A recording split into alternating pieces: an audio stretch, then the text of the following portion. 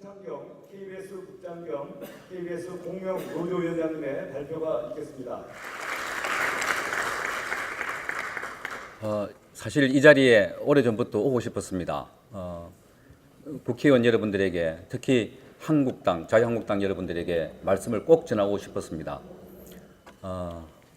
참 문재인 대통령이 당선되고 또 그 과정 등등 해서 얼마나 힘든 과정을 특히 야당은 겪지 않았었습니까?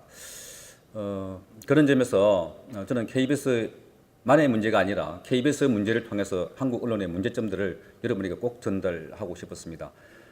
이 나이에 무슨 노조를 하겠다고 하겠지만 사실 저희는 노동조합의 뭐 임금 조건이나 근로 조건 개선하기 위해서 노동조합을 하는 것은 아닙니다. 아시다시피 이미 KBS와 MBC 각각 노동조합이 3개가 있습니다. 그 노동조합들이 복수 노조가 됐다고 해서 다른 조건의 뭐 노조를 설립하는 게 아니라 거의 대부분 정치적인 이유입니다. 이념적인 이유입니다. 여기 계신 분들도 노동조합에 대한 명칭을 잘 사용하셔야 됩니다. 저희가 KBS 노동조합이라는 게 있고요. 언론노조, KBS 본부라는 게 있고요. KBS 공영노조가 있습니다. 이게 용어가 참 좋습니다. 그런데 이게 대부분 고유명사화되어 있는 것들입니다. 그러니까 지금 대한민국에 문제가 되고 있는 것, 오늘 제가 여러분들에게 말씀드리고자 하는 것은 바로 언론노조 KBS 본부, 언론노조 MBC 본부입니다.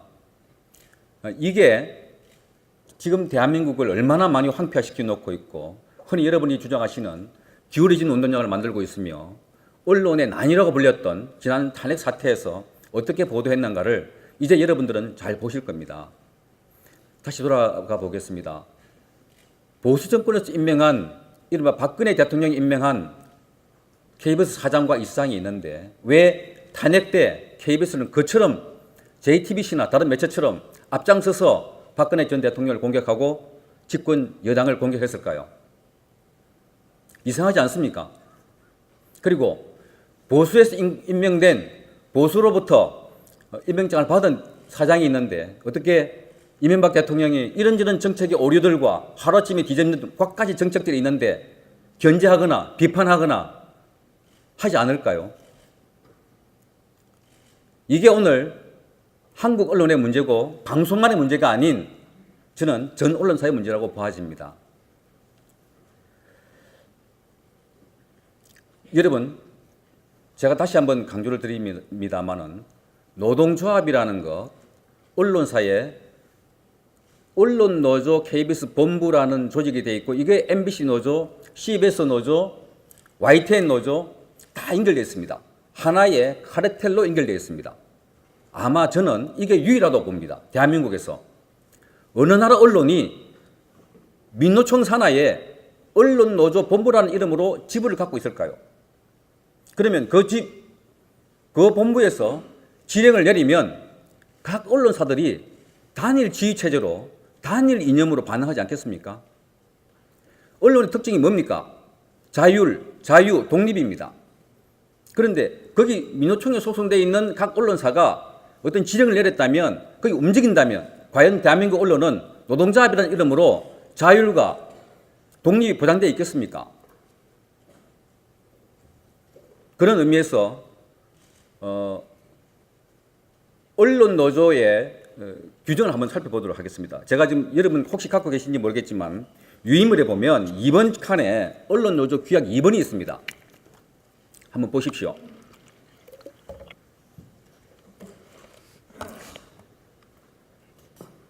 정치활동 역량을 강화하고 민주노총과 민주단체, 진보 정치 세력과 연대해서 노동자 민중의 정치 세력화를 위하여 각 분야의 사업을 추진한다고 되어 있습니다. 여러분, 이게 노동조합 규약 같습니까? 아까 조금 전에 이상로 회장께서 말씀하셨지만 정치인보다 더 정교하고 정치인보다 더 정치로운 게 지금 언론에 특히 민주노총 산하에 있는 언론 노조의 조합원들이라고 저는 생각합니다.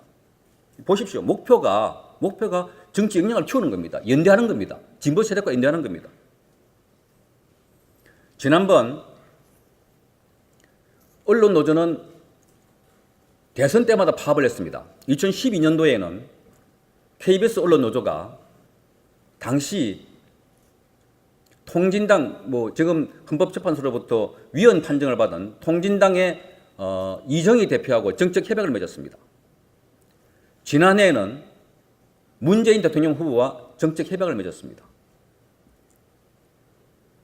이 사람들 정책 협약을 맺어서 뭘 하겠습니까?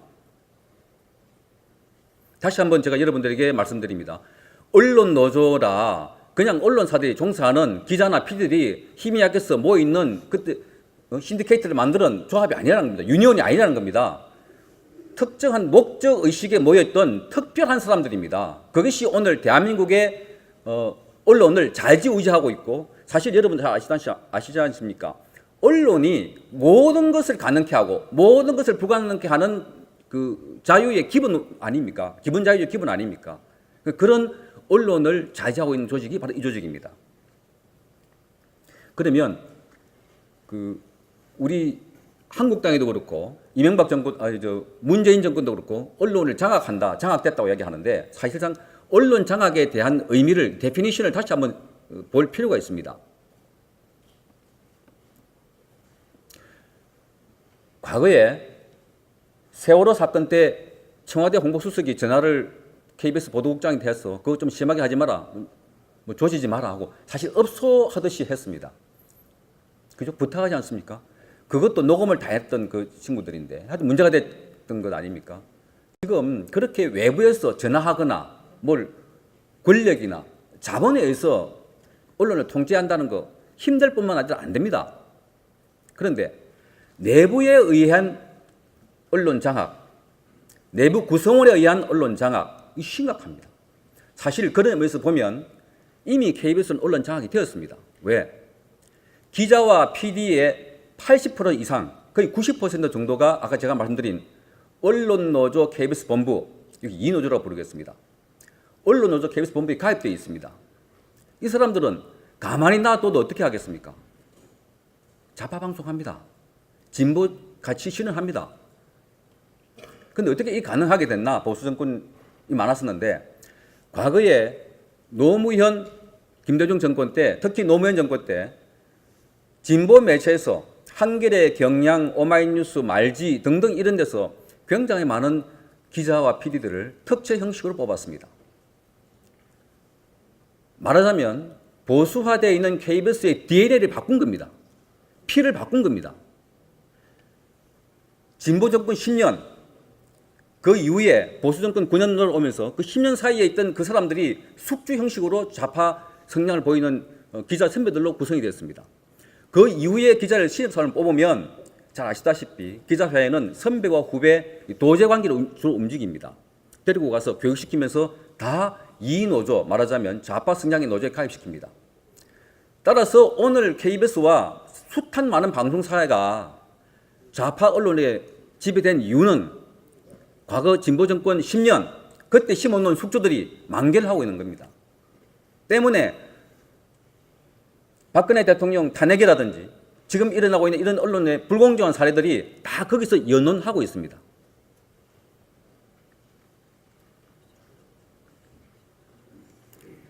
때문에 지금 그 기자협회, PD협회라는 각종 직능단체가 있습니다. 거기 있는 사람들이 대부분 그런 사람들입니다. 이를테면 보수 쪽에서 문제가 됐던, 제가 이따가 설명을 드리겠습니다만 문창극 보도가 이 심각한 문제에 그 악마적인 편집을 했다고 해서 사회 각층에서 규탄을 했는데 기자협회에서 그 달에 우수 프로그램 상을 줬습니다. PD협회도 마찬가지입니다.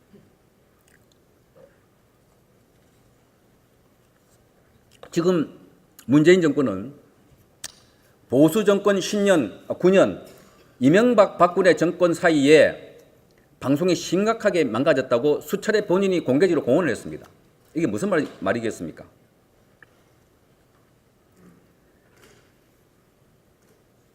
그런 좌파들이 만들려고 하는 그 좌편향적인 프로그램, 말하자면은 지금의 더불어민주당의 프렌들리한 프로그램들을 데스크들이 만들지 마라, 아니면 그 줄이라, 너무 심하게 조진다, 뭐 이를테면 4대강이나 국정원이나 뭐 이런 특정 이슈에서 조진다고 하면 그걸 첨삭 은거에서 첨삭 가감하는 것이 게이트 키핑이라고 그러지 않습니까?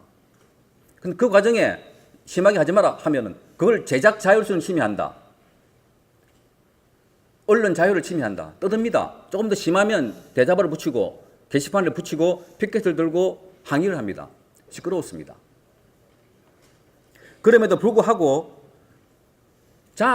그러니까 데스크들이 잘 본다고 함에도 불구하고 튀어나왔던 것이 광우병이었고 문창거 보도였고, 이승만 대통령이 한국 전쟁 당시에 일본으로 망명하겠다고 하던 것을 얼마 전에, 불과 얼마 되지 않았습니다, KBS 9시 뉴스에서 나왔습니다. 이미 장악되어 있다니까요. 언론이 특정 노조나 특정 이념을 가진 집단으로부터 장악되어 있으면 이게 굉장히 무서운 겁니다. 사실 생각해 보십시오. 국회의원들 여러분들 계시지만 오늘 민주당하고 한국당에 관련된 리포트를 제작할 때 다 인터뷰를 했어요. 그런데 방송 트는 거 보니까 민주당 대표의 인터뷰는 귀에 쏙쏙 들어오는 건데 한국당 대표는 그림도 줘보는 거, 인터뷰 내용도 앞뒤 잘라버리고 가운데 무슨 말인지 잘 모르겠던 거, 얼마나 교묘하게 할 수 있습니까? 만약에 그런 마음을 먹었다면 워딩 하나, 카트 하나, 제목 다는 거 하나, 이게 굉장히 무섭고 파급력이 크고, 그 다음에 지금은 그 대중매체에서 만드는, 지상파에서 만든 프로그램들이 SNS나 모바일을 통해서 2차, 3차 윈도우로 나갑니다. 계속 재가공되고 나갑니다. 그게 로우 소스가 그렇게 한번 왜곡되기 시작하면 계속 그렇게 왜곡되지 않겠습니까? 그러니까 사장을 바꾼다, 뭐 제도를 바꾼다가 문제가 아니라 구성원의 문제가 심각한 지경에 와 있다는 걸 여러분 다시 한번 인식해 주시기 바랍니다. KBS 파업을 하면 YTN, MBC, SBS, 뭐 국민일보 할 것 없이 신문사가 쫙 도열합니다. 그런데 MBC 또는 KBS 공영노조가 뭘 하면 아무도 없습니다. 저희는 상관단체가 없습니다. 그 유일하게 대한민국에 언론을 지배하고 있는 게 지금 민노총이고, 민노총이 지난번 촛불 집회를 주도하지 않았습니까? 그 대한민국은 지금 누가 지배하고 있습니까? 저는 민노총이라고 봅니다.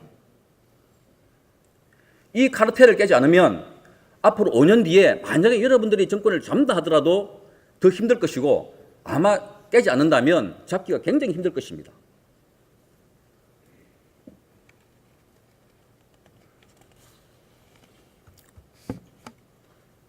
그러면 정말 지난 9년 동안에 문제가 심각했다가 아니라 진보 정권 10년은 어땠을까요?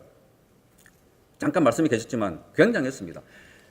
진보 정권 특히 후반부의 10년은, 앞에 5년의 10년은 IMF 극복한다고 시끄러웠고요. 뒤에는 노무현 전 대통령께서 이런저런 코드 인사 정책을 내세운다고 시끄러웠지 않습니까? 때문에 방송이 시끄러웠던 것, 언론이 시끄러웠던 것 다 기억이 안 나서 그렇지 굉장했습니다. 몇 가지 사례를 제가 5번 코드에 적어놨습니다. 말하자면 한국 사회를 말한다는 프로그램을 만들어가지고 한국 각 기관, 기업 할 것 없이 이들을 인연적인 잣대로 조망하고 해석하고 분석했습니다.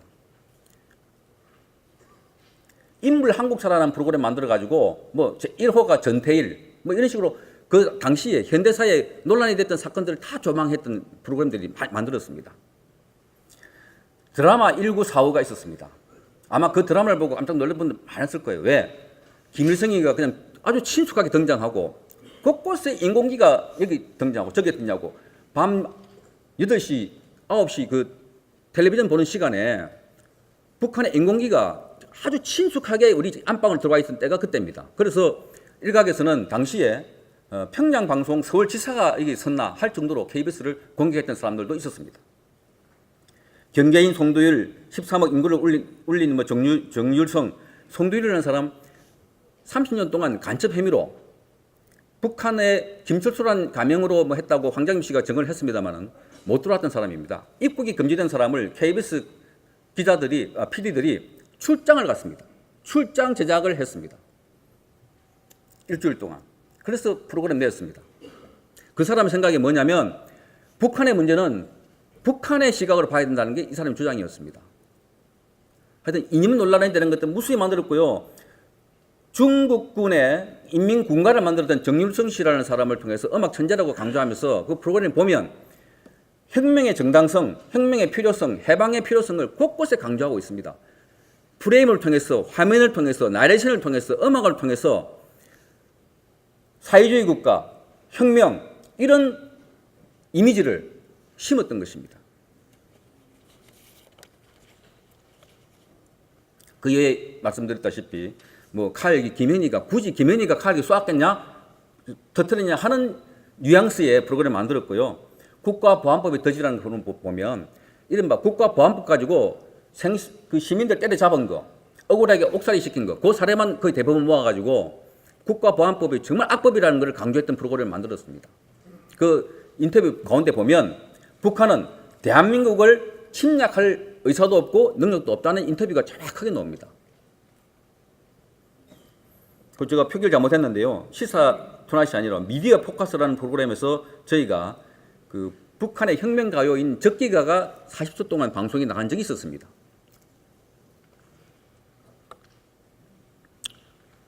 심각합니다.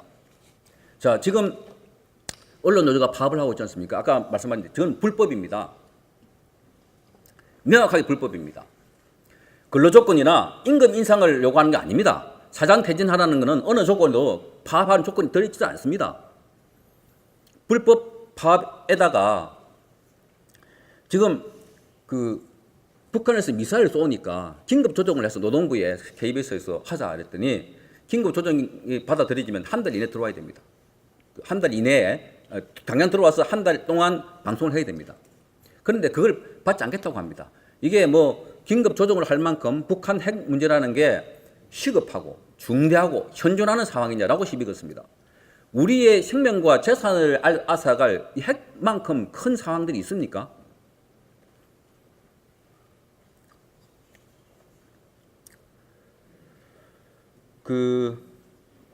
그러면 뭐 했냐? KBS, MBC는 뭐 했냐? 라고 물을 수 있습니다. 보수 정권이 그동안 그렇게 많았는데 아까 말씀하신 것처럼 그런 사람들 뽑았기 때문에 문제가 됐던 거고 그게 숙주가 됐던 거고, 둘째는 보수 정권에 특히 KBS 같은 경우에 사장이 들어오면요 타입을 합니다. 노동조합이 파업을 한다, 뒷조사 해가지고 뭘 까발리겠다 이러면 겁을 먹습니다. 그리고 오너가 없습니다. 주인이 있는 회사가 아니지 않습니까? 3년 있다가 가고 길어봤자 연임하면 6년인데 그동안에 적절하게 보신하다가 관리하다가 나갑니다. 그래서 노조 요건을 거의 대부분 들어줍니다.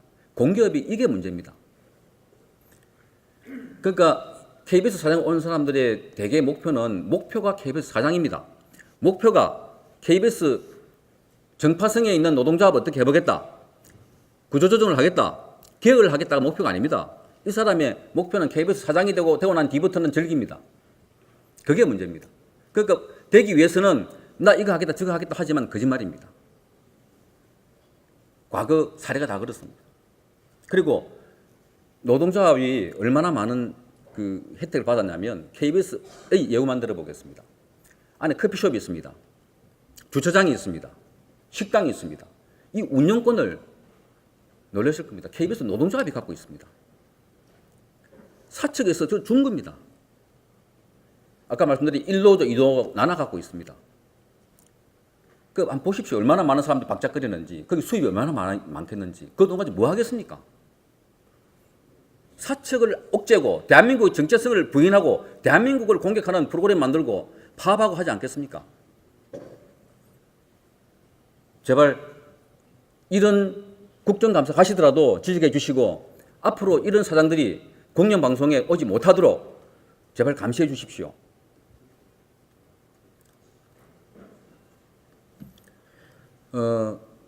문재인 정권이 들어선 이후에도 KBS 프로그램들은, 아까 제가 모두에 말씀드렸다시피 탄핵 때와 마찬가지로 얼마 전에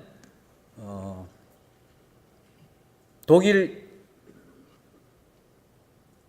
기자가 한국의 택시 기사하고 뭘 이렇게 광주 사태 때 찍은 광주 민주운동 때 찍은 그림이 있었다고 해서 영화 나왔지 않습니까? 그럼 대통령이 보고 눈물 흘렸다고 그러지 않습니까? 며칠 지나고 나니까 2003년도에 그 화면을 KBS 확보해서 방송한 적이 있습니다. 정현주 사장 때. 그런데 그걸 영화가 흥행하고 대통령이 보고 난 뒤에 며칠 뒤에 또 틀었습니다. 밤 8시 때에. 이루 참혹하기가 그지없습니다. 왜? 주로 피해자 입장에서 찍은 겁니다. 시신이 잘리고 훼손되고 피 범벅이고 곤봉으로 맞고 사실 지금도 그 화면 내면 안 됩니다. 그런 화면들은 모자이크 처리해야 되고 피가 나와도 안 됩니다. 그런데 단지 대통령이 받고 단지 1,000만을 돌파했다는 이유로 그 방송을 틉니다. 공영 방송이 이렇게 되겠습니까? 만약에 보상 문제나 진상 규명을 위해서 필요한 화면이라면 또 이해를 되겠습니다. 그런 내용이 전혀 없습니다. 생각해 보십시오. 아까 의사를 비유했는데 의사는 한 사람의 생명과 건강을 책임집니다. 그 미디어는 한꺼번에 예를 수십만 명, 수백만 명, 수천만 명에 영향을 미칩니다. 오늘날 왜 기울어진 운동장이 됐습니까? 왜 여론이 이렇게 되었습니까?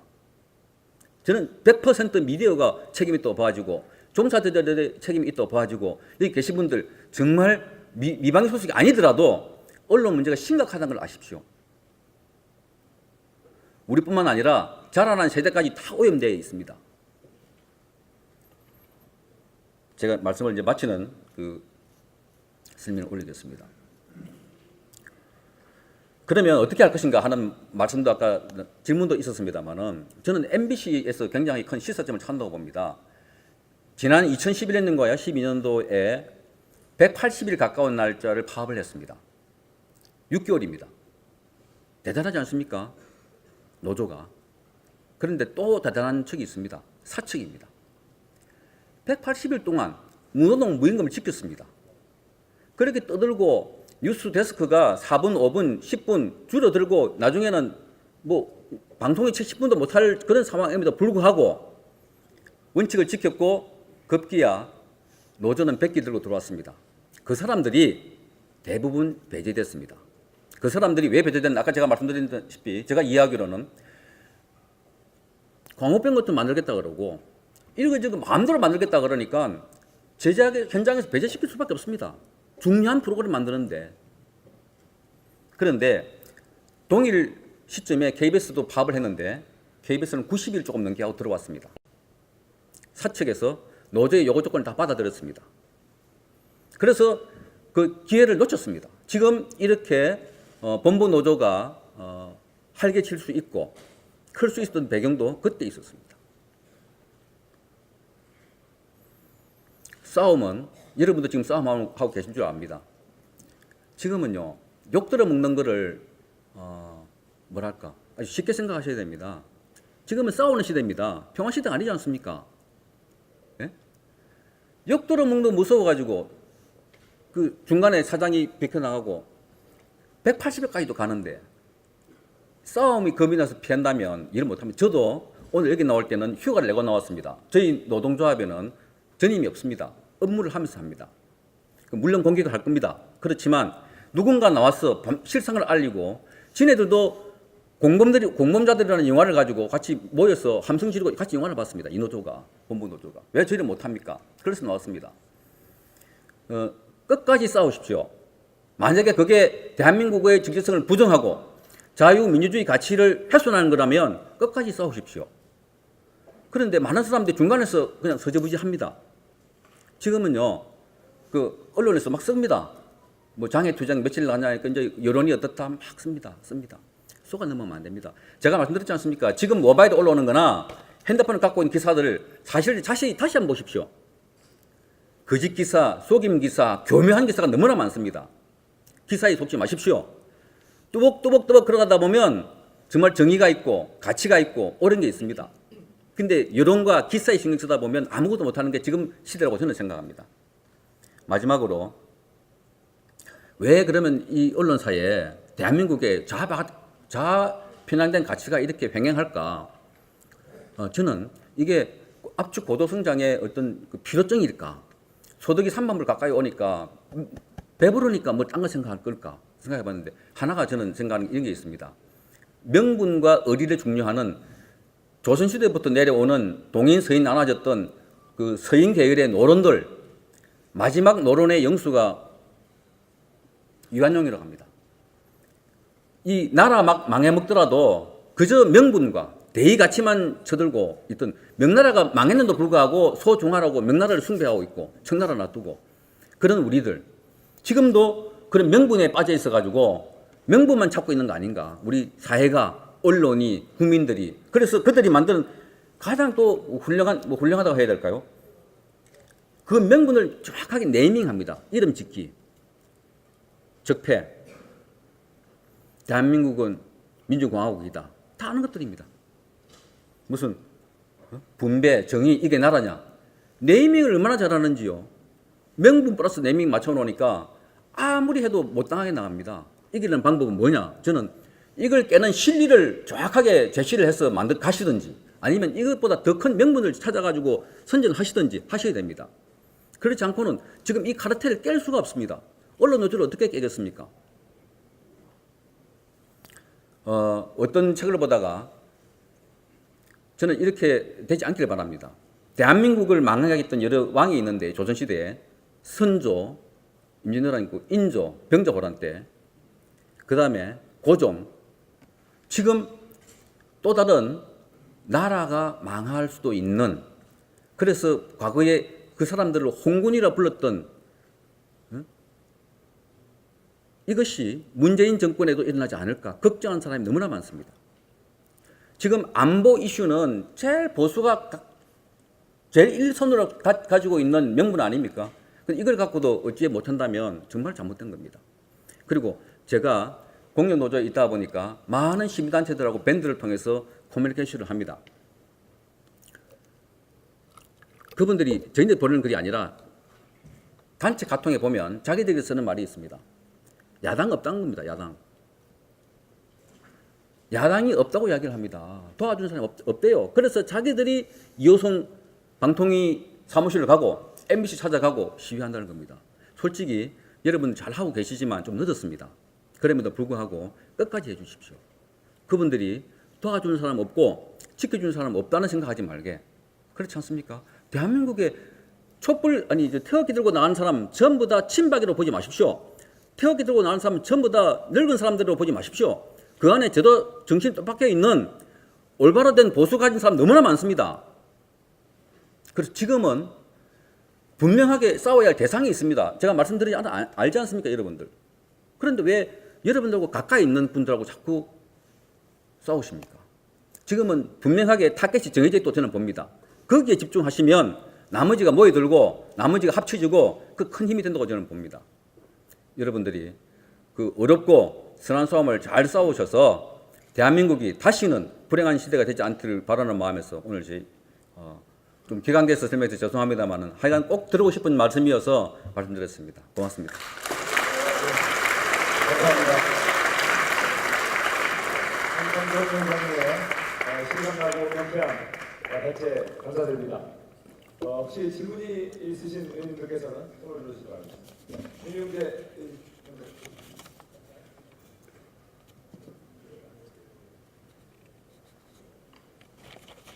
제가 말씀을 안 드리는데 꼭 이 말씀을 좀 드리겠습니다.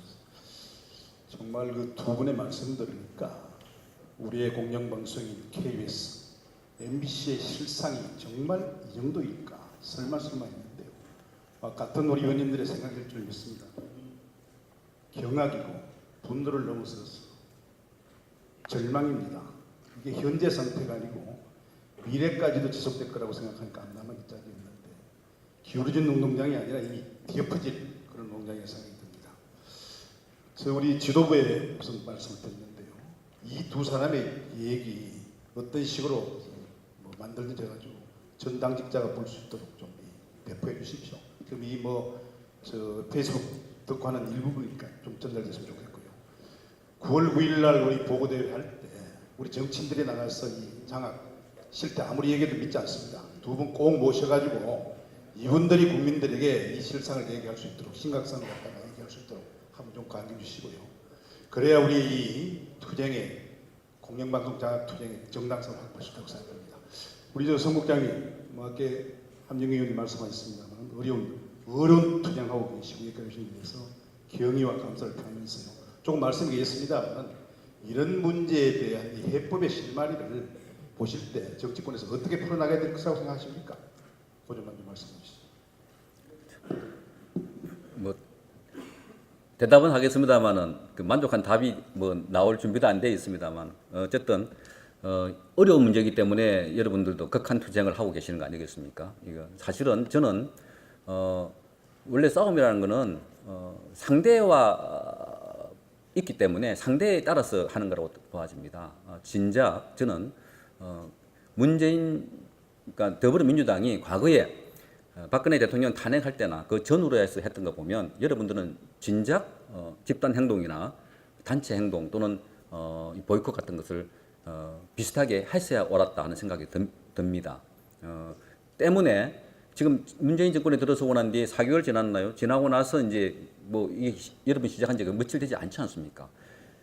이 3, 4년 지난 세월에 3, 4개월 되는 세월에 원전 정책 뭐 이미 나이를 안 해도 아시죠? 그 뭐 최저임금 등등 해서 대한민국의 정체성과 우리의 미래를 결정할 아주 중요하고도 현격하게 큰 이런 정책들을 뒤집지 않았습니까?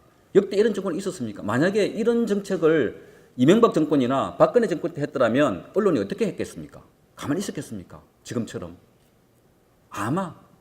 그래서 지금은 그 언론에 뭐 말하자면 좀 표현을 그랬습니다. 영합할 생각하지 마십시오. 이렇게 하면 언론이 좋아하더라가 아닙니다. 한국당으로서 가야 할 길 가면 언론이 따라오게 돼 있는데 언론이 가는 길에 한국당이 따라가면 절대로 여러분들에게 좋은 이미지, 좋은 기사 안 씁니다. 또 진실성도 안 먹히고요. 지금은 여러분들이 아무리 좋은 걸 해도 언론은 나쁘게 표현하고 있고 심지어 문재인 정권이 방귀를 껴도 향기롭다고 합니다. 아니 이런 컵에 커피 마시는 거 구내식당에서 밥 먹는 거 이게 기사가 됩니다. 그런데 여러분 대표는 장화 씻는 거 이거 장화를 씻다고 다른 사람 도움을 받는데 이게 기사가 된다니까요. 그러니까 지금 언론은 뭘 바라고 있냐면 역시 여전히 대통령은 환기의 대통령으로 인식하고 있다는 겁니다. 왜? 구내식당에 밥 먹고 테이크아웃 커피 잔을 먹는 사람은 이건 대통령이 아니야. 이건 이상한 사람이야. 정말 훌륭한 분이야. 라고 그 프레임을 갖고 가지 않습니까?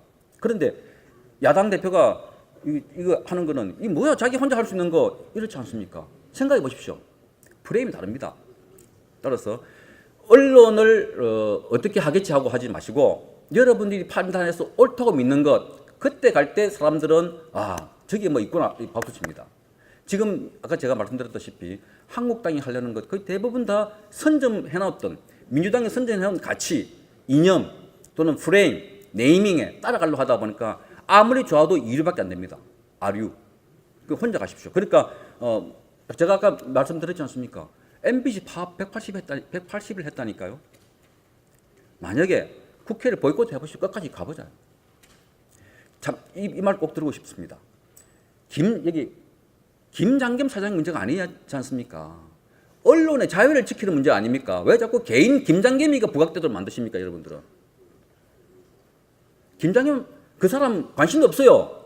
고대영 관심 없어요. 다만 언론의 자유는 법적으로 방송법에 따라서 임기가 보장되어 있도록 했다. 왜? 권력으로부터 자본으로부터 침해 안 받도록 그걸 지키려고 하는 가치를 더 하셔야지. 김장겸이가 뭘 했다 그거 아닙니다. 그죠? 그러니까 정말 실상을 팩트를 아까 말씀하신 팩트를 보고 해야 되는데 잘못된 팩트를 찍는 경우도 참 많아요. 그러니까 그 자리에 김장겸이 알아도 누구 하더라도 3년만 지켜주면 하겠다 이런 말씀 아닙니까? 그래서 뭐 제가 드릴 수 있는 이야기는 옳다고 믿은 바를 자고우면하지 말고 가십시오.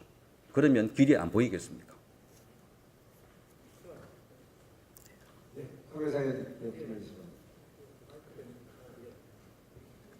지금 그 좌파 매체들이나 여권에서 공격하는 것이 이제 비교하는 것이 이제 가장 이제 공색하게 내놓는 반론이 이제 정연주 사장과의 케이스입니다.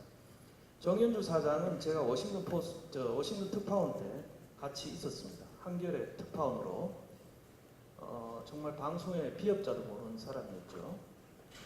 한겨레 논설위원으로 있다가 갑자기 깜짝 KBS 사장으로 발탁이 됩니다. 지금 우리로 따지면 뭐 유대1, 2 사장 이런 분이 KBS 사장이 되는 겁니다. 그렇게 정권의 코드로 임명이 됐고 그 뒤에 그 행태나 보도를 보면 참 기가 막힌 적이 많았습니다. 그거는 뭐 제가 일일이 열거할 거 없고 우리 국장님께서 좀 설명을 해주시고요. 그리고 참 아까 보수 정권 말씀을 했는데 보수 정권은 그래도 어떤 최소한의 금도는 지켰습니다. 대부분 다 그 기자 출신, 언론인 출신, PD 출신, 그 자사 출신들로 그래도 거기에서 성장한 사람들로 사장을 임명해 왔지 않습니까? 뭐 작년인가 재작년에 그리고 그 여러 가지 툴도 다 없애고 청와대 홍보수석이 무슨 국장 보도본부장한테 전화해서 읍소하는 게 우리 보수 정권에 그게 할 수 있는 유일한 길이었습니다. 이런 상황을 우리 국장님께서 좀 비교를 해주시면 정현주 케이스와 좀 비교를 해주시면 고맙겠습니다. 네. 뭐 제가 알고 있는 것을 다 말씀드리면 밤을 새도 말씀 못하겠지만 상징적인 것 몇 가지만 말씀을 드리고 아마 또 점심시간이라서 약속 계실 테고 제가 빨리 끝나야겠습니다. 정현주 씨가 오늘날 KBS를 망친 주범입니다. 저는 그렇게 믿습니다. 이 양반이 들어오자마자 KBS의 모든 조직에 계급 조직을 다 없애버렸어요. 차장, 부장, 주간, 국장 이거를 다 없애버리고 전부 다 한 사람만 만들었어요. 팀장, 팀원. 그러니까 어제까지 국장했던 사람이 오늘 카메라 눈을 메고 밖에 나왔습니다. 같이 연대의식, 동지의식을 키웠던 겁니다. 인사말에서 KBS 5천만 동지 여러분 라고 인사를 했습니다.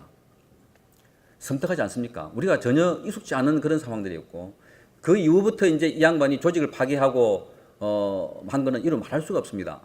그래서 아까 제가 열거했던 이런 프로그램들이 뭐 상징적으로 나갔고요. 그런데 이제 이 양반이 임기가 다 됐는데 MB 정권을 들으셨지 않습니까? 그런데 그때 물론 보수 정권에서 나가라 했습니다.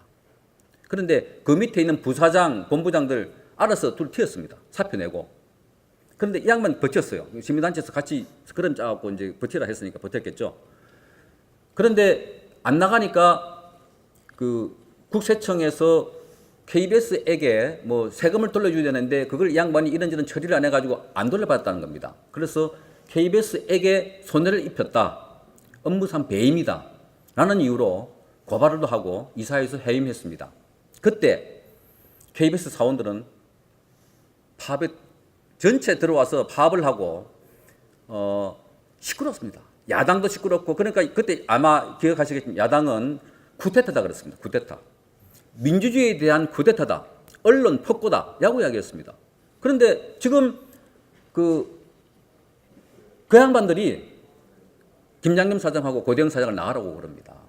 그러니까 이제 10년 전 이야기고 그렇으면 좀 진화하자는 이야기입니다. 솔직하게. 그러면 다음에 만약에 지금 고대영 김장겸을 내보내고 나면 또 5년 뒤에 또 드러내야 됩니까? 그러면 대한민국의 민주주의는 지금 봐도 한 70년대 후반 80년대 수준으로밖에 안 보입니다. 지금 문재인 정권이 하고 있는 언론에 대한 정책, 민주주의에 대한 가치는 한 30년 후퇴 해도 그냥 봐집니다. 그런데 그걸 또 하자고 그럽니까? 그런데 그것도 있지 않습니까? 방송법. 야당 할 때는 방송법을 개정해서 그 특정 이념적인 사람이 아닌 여야가 다 골고루 투표해야만이 야당도 동의를 해줘야만이 사장이 될 수 있도록 바꾸자 그랬는데 그 화장실 갈 때 마음하고 가고 나니 마음이 달라졌어요. 문재인 대통령이.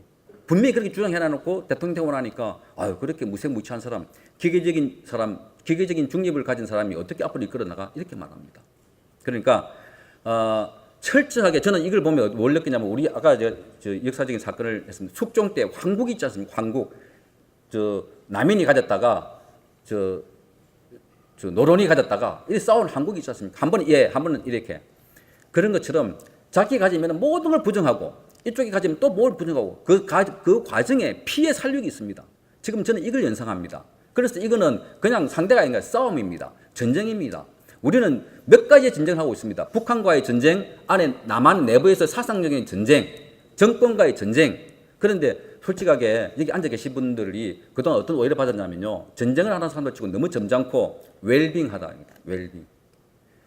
모두가 국가에 관련된 전쟁을 하는데 어떤 분들은 국회의원이 아니라 저 시의회 의원 같아. 그런 분이 너무나 많이 보여져요. 국가적인 아젠다에 대해서 한 말씀도 안 하세요. 싸우고 있는 현안에 대해서는 입 다물어요. 그런데 자기 고향에 대한 내 고향에 대한 다리 나야 되고 보따리 더 가져가야 되고 돈 더 타야 된다는 이런 관심만 갖고 있지 정말 대한민국이 이래 가는 문제는 그건 시의원에게 맡겨두시고 국회의원에는 국가적인 사안에 대해서는 정말로 뛰들고 나오셔야 될 거 아닙니까? 지금 그때가 되었다고 봐지는데요. 여러분들이 이제 기울어져 가고 있고 솔직히 많은 사람이 불안해하고 있습니다. 전쟁 날 것이 아닌가. 소문도 많이 돌고 있어요.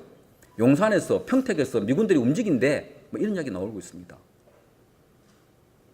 누구를 믿고 가야 됩니까? 아까 저기 노인들 태극기 들고 가듯이 야당 없어, 믿을 사람 없어, 우리끼리 가야 되는 거야. 그래서 거기 몇 사람 보내줘요. 대구 있어 몇 사람 올려줘요. 그리고 그저께 보니까 버스 타고 올라오다가 그분들 추돌했다고 밴드 그림 올라왔습니다. 자, 그런 상황 볼 때 여러분들이 정말 진정성 있게 욕 들어먹는 거 신경 쓰지 마십시오. 여당으로부터 욕 들어먹고 국민으로부터 욕 들어먹고 신경 안 쓰고 가신다면 저는 방법이 있다고 보아집니다. 시간 됐으니까 이것을 마치겠습니다. 고맙습니다. 네, 감사합니다. 그래서 이제 송창경 위원장님의 어쩌 토론 모두 마치겠습니다. 다시 한번 송창경 위원장께 뜨거운 박수 부탁드리겠습니다.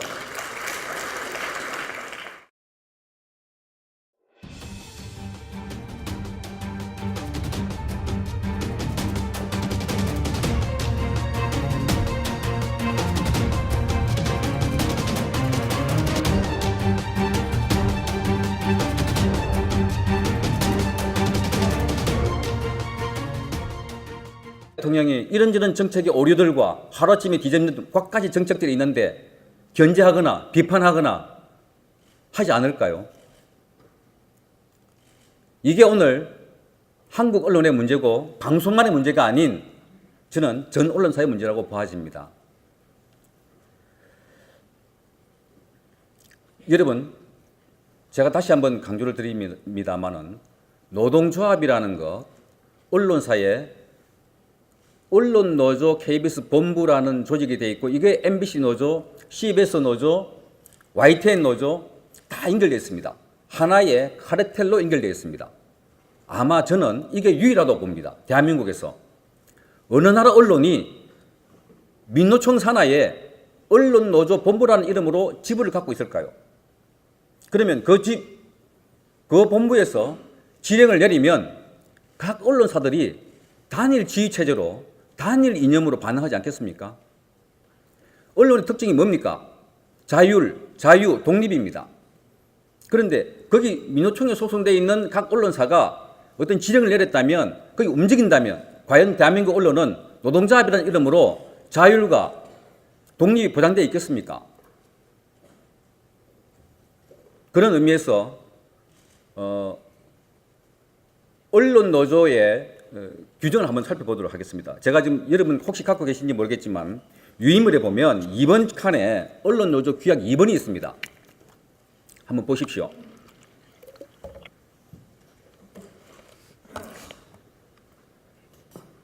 정치활동 역량을 강화하고 민주노총과 민주단체, 진보 정치 세력과 연대해서 노동자 민중의 정치 세력화를 위하여 각 분야의 사업을 추진한다고 되어 있습니다. 여러분, 이게 노동조합 규약 같습니까?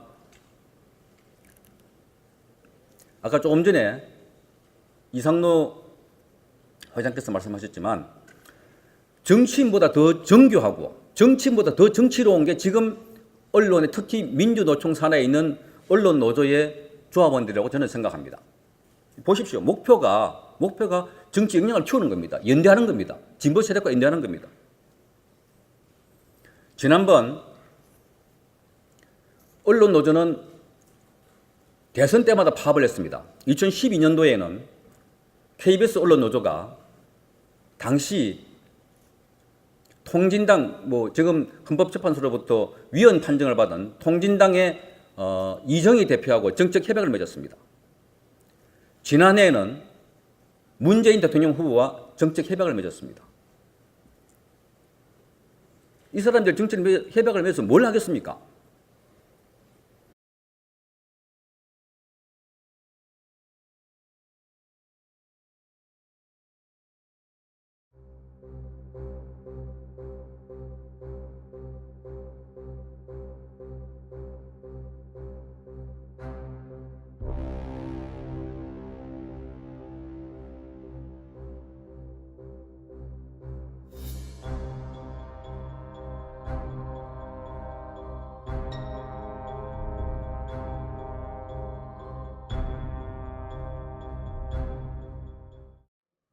성창경 KBS 국장 겸 KBS 공명 노조위원장님의 발표가 있겠습니다. 사실 이 자리에 오래전부터 오고 싶었습니다.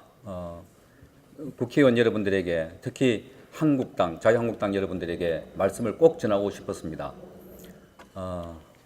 참 문재인 대통령이 당선되고 또 그 과정 등등 해서 얼마나 힘든 과정을 특히 야당은 겪지 않았었습니까? 그런 점에서 저는 KBS만의 문제가 아니라 KBS 문제를 통해서 한국 언론의 문제점들을 여러분에게 꼭 전달하고 싶었습니다. 이 나이에 무슨 노조를 하겠다고 하겠지만 사실 저희는 노동조합의 임금 조건이나 근로 조건 개선하기 위해서 노동조합을 하는 것은 아닙니다. 아시다시피 이미 KBS와 MBC 각각 노동조합이 3개가 있습니다. 그 노동조합들이 복수 노조가 됐다고 해서 다른 조건의 노조를 설립하는 게 아니라 거의 대부분 정치적인 이유입니다. 이념적인 이유입니다. 여기 계신 분들도 노동조합에 대한 명칭을 잘 사용하셔야 됩니다. 저희가 KBS 노동조합이라는 게 있고요. 언론노조, KBS 본부라는 게 있고요. KBS 공영노조가 있습니다. 이게 용어가 참 좋습니다. 그런데 이게 대부분 고유명사화되어 있는 것들입니다. 그러니까 지금 대한민국에 문제가 되고 있는 것, 제가 여러분들에게 말씀드리고자 하는 것은 바로 언론노조 KBS 본부, 언론노조 MBC 본부입니다. 이게 지금 대한민국을 얼마나 많이 황폐화시켜 놓고 있고 흔히 여러분이 주장하시는 기울어진 운동장을 만들고 있으며 언론의 난이라고 불렸던 지난 탄핵 사태에서 어떻게 보도했는가를 이제 여러분들은 잘 보실 겁니다. 다시 돌아가 보겠습니다. 보수 정권에서 임명한 이른바 박근혜 대통령이 임명한 KBS 사장과 이사장이 있는데 왜 탄핵 때 KBS는 그처럼 JTBC나 다른 매체처럼 앞장서서 박근혜 전 대통령을 공격하고 집권 여당을 공격했을까요? 이상하지 않습니까? 그리고 보수에서 임명된 보수로부터 임명장을 받은 사장이 있는데 어떻게 이명박 대통령 지상파에서 만든 프로그램들이 SNS나 모바일을 통해서 2차, 3차 윈도우로 나갑니다. 계속 재가공되어 나갑니다. 그게 로우 소스가 그렇게 하면 왜곡되기 시작하면 계속 그렇게 왜곡되지 않겠습니까? 그러니까 사장을 바꾼다, 제도를 바꾼다가 문제가 아니라 구성원의 문제가 심각한 지경에 와 있다는 걸 여러분 다시 한번 인식해 주시기 바랍니다. KBS 파업을 하면 YTN, MBC, SBS, 국민일보 할 것 없이 신문사가 쫙 도열합니다. 그런데 MBC 또는 KBS 공영노조가 뭘 하면 아무도 없습니다. 저희는 상관단체가 없습니다. 유일하게 대한민국에 언론을 지배하고 있는 게 지금 민노총이고 민노총이 지난번 촛불 집회를 주도하지 않았습니까? 대한민국은 지금 누가 지배하고 있습니까? 저는 민노총이라고 봅니다.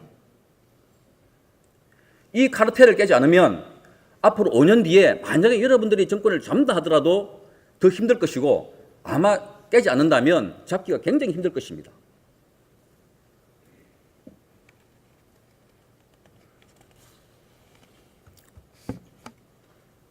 그러면 정말 지난 9년 동안에 문제가 심각했다가 아니라 진보 정권 10년은 어땠을까요?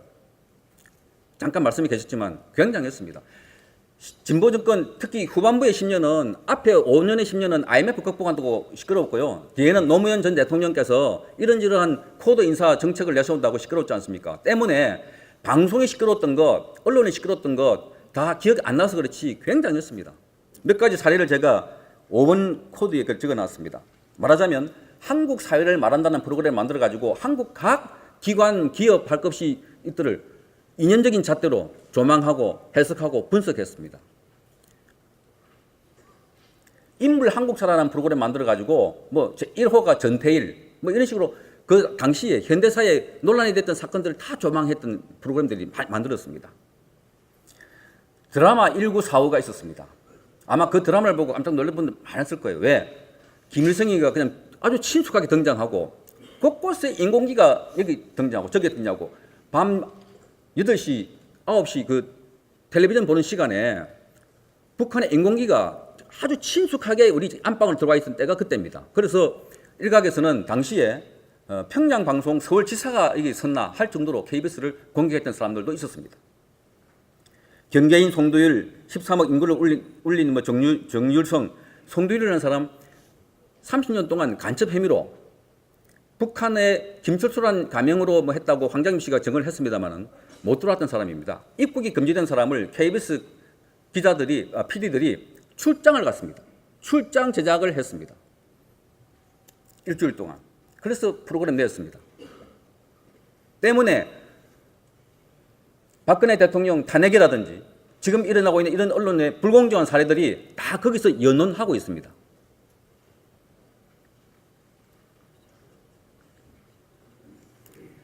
때문에 지금 그 기자협회, PD협회라는 각종 직능단체가 있습니다.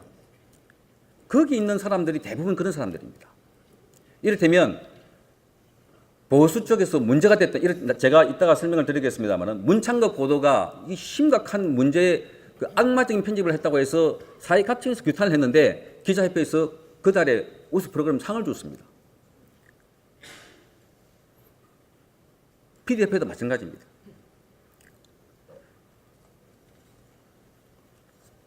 지금 문재인 정권은 보수 정권 10년, 9년 이명박 박근혜 정권 사이에 방송이 심각하게 망가졌다고 수차례 본인이 공개적으로 공언을 했습니다.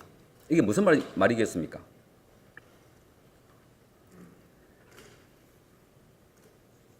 그런 좌파들이 만들려고 하는 그 좌편향적인 프로그램, 말하자면은 지금의 더불어민주당의 프렌들리한 프로그램들을 데스크들이 만들지 마라. 아니면 그 줄이라. 너무 심하게 조진다.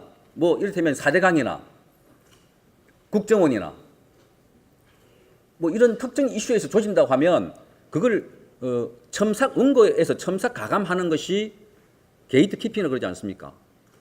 근데 그 과정에 심하게 하지 마라 하면은 그걸 제작 자율성을 침해한다. 언론 자유를 침해한다. 떠듭니다. 조금 더 심하면 대자보를 붙이고 게시판을 붙이고 피켓을 들고 항의를 합니다. 시끄러웠습니다. 그럼에도 불구하고 그러니까 데스크들이 잘 본다고 함에도 불구하고 튀어나왔던 것이 광우병이었고 문창극 보도였고 이승만 대통령이 한국 전쟁 당시에 일본으로 망명하겠다고 하던 것을 얼마 전에 불과 얼마 되지 않았습니다. KBS 9시 뉴스에서 나왔습니다. 이미 장악되어 있다니까요. 언론이 특정 노조나 특정 이념을 가진 집단으로부터 장악되어 있습니다. 이게 굉장히 무서운 겁니다. 사실 생각해 보십시오. 국회의원들 여러분들 계시지만 오늘 민주당하고 한국당에 관련된 리포트를 제작할 때 다 인터뷰를 했어요. 그런데 방송 트는 거 보니까 민주당 대표의 인터뷰는 귀에 쏙쏙 들어오는 건데 한국당 대표는 그림도 줘보는 거, 인터뷰 내용도 앞뒤 잘라버리고 가운데 무슨 말인지 잘 모르겠던 거. 얼마나 교묘하게 할 수 있습니까?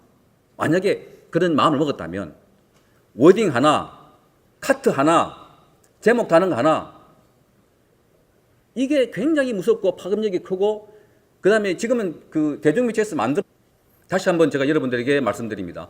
언론 노조라 그냥 언론사들이 종사하는 기자나 PD들이 힘이 약해서 모여있는 그때 신디케이트를 만드는 조합이 아니라는 겁니다. 유니온이 아니라는 겁니다.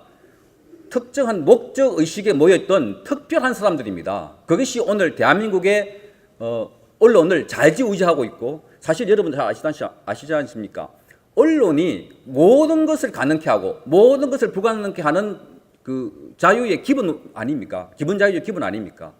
그런 언론을 좌지하고 있는 조직이 바로 이 조직입니다. 그러면 그 우리 한국당에도 그렇고 이명박 정권, 문재인 정권도 그렇고 언론을 장악한다, 장악됐다고 이야기하는데, 사실상 언론 장악에 대한 의미를, 데피니션을 다시 한번 볼 필요가 있습니다. 과거에 세월호 사건 때 청와대 홍보수석이 전화를 KBS 보도국장한테 해서 그거 좀 심하게 하지 마라, 뭐 조지지 마라 하고 사실 업소하듯이 했습니다. 그죠? 부탁하지 않습니까? 그것도 녹음을 다 했던 그 친구들인데 하여튼 문제가 됐던 것 아닙니까? 지금 그렇게 외부에서 전화하거나 뭘 권력이나 자본에 의해서 언론을 통제한다는 거 힘들 뿐만 아니라 안 됩니다. 그런데 내부에 의한 언론 장악, 내부 구성원에 의한 언론 장악, 이 심각합니다. 사실 그런 의미에서 보면 이미 KBS는 언론 장악이 되었습니다. 왜? 기자와 PD의 80% 이상, 거의 90% 정도가 아까 제가 말씀드린 언론노조 KBS 본부, 여기 이노조라고 부르겠습니다. 언론노조 KBS 본부에 가입되어 있습니다. 이 사람들은 가만히 놔둬도 어떻게 하겠습니까? 좌파 방송합니다. 진보 가치 실현합니다. 근데 어떻게 이게 가능하게 됐나? 보수 정권이 많았었는데, 과거에 노무현, 김대중 정권 때, 특히 노무현 정권 때 진보 매체에서 한겨레, 경향, 오마이뉴스, 말지 등등 이런 데서 굉장히 많은 기자와 PD들을 특채 형식으로 뽑았습니다. 말하자면 보수화되어 있는 KBS의 DNA를 바꾼 겁니다. 피를 바꾼 겁니다. 진보 정권 10년, 그 이후에 보수 정권 9년을 오면서 그 10년 사이에 있던 그 사람들이 숙주 형식으로 좌파 성향을 보이는 기자 선배들로 구성이 되었습니다. 그 이후에 기자를 신입사원을 뽑으면 잘 아시다시피 기자회에는 선배와 후배 도제 관계로 주로 움직입니다.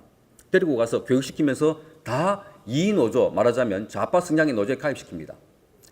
따라서 오늘 KBS와 숱한 많은 방송사회가 좌파 언론에 지배된 이유는 과거 진보 정권 10년, 그때 심어놓은 숙주들이 만개를 하고 있는 겁니다.